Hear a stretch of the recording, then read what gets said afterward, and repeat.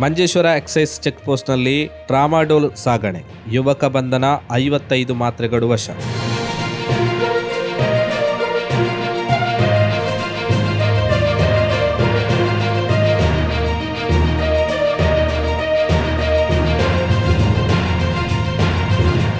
ಮಂಜೇಶ್ವರ ಎಕ್ಸೈಸ್ನ ಚೆಕ್ಪೋಸ್ಟ್ನಲ್ಲಿ ನಡೆಸಿದ ವಾಹನ ತಪಾಸಣೆಯ ವೇಳೆ ಟ್ರಾಮಾಡೋಲ್ ಹೈಡ್ರೋಕ್ಲೋರೈಡ್ ಅನ್ನು ಅಕ್ರಮವಾಗಿ ಸಾಗಿಸುತ್ತಿದ್ದ ಯುವಕನನ್ನ ಎಕ್ಸೈಸ್ ತಂಡವು ಬಂಧಿಸಿದೆ.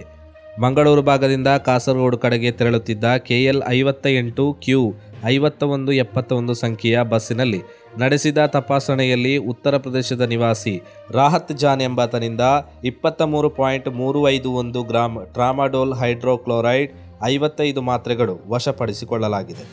Exercise circle inspector KK Shijil Kumar ಅವರ ನೇತೃತ್ವದ ತಂಡವು ಆರೋಪಿಯನ್ನ ಪತ್ತೆ ಹಚ್ಚಿ ಬಂಧಿಸಿದೆ. ಆರೋಪಿಯ ವಿರುದ್ಧ NDPS ಕಾಯ್ದೆಯಡಿ ಪ್ರಕರಣ ದಾಖಲಿಸಲಾಗಿದೆ. ಈ ಪ್ರಕರಣಕ್ಕೆ ಸಂಬಂಧಿಸಿದ ದಾಖಲೆಗಳು ಹಾಗೂ ಜಪ್ತಿಪಡಿಸಿದ ವಸ್ತುಗಳನ್ನು ಮುಂದಿನ ಕ್ರಮಗಳಾಗಿ ಕುಂಬ್ಳೆ ಎಕ್ಸೈಸ್ ರೇಂಜ್ಗೆ ಹಸ್ತಾಂತರಿಸಲಾಗಿದೆ ಎಂದು ಅಧಿಕಾರಿಗಳು ತಿಳಿಸಿದ್ದಾರೆ.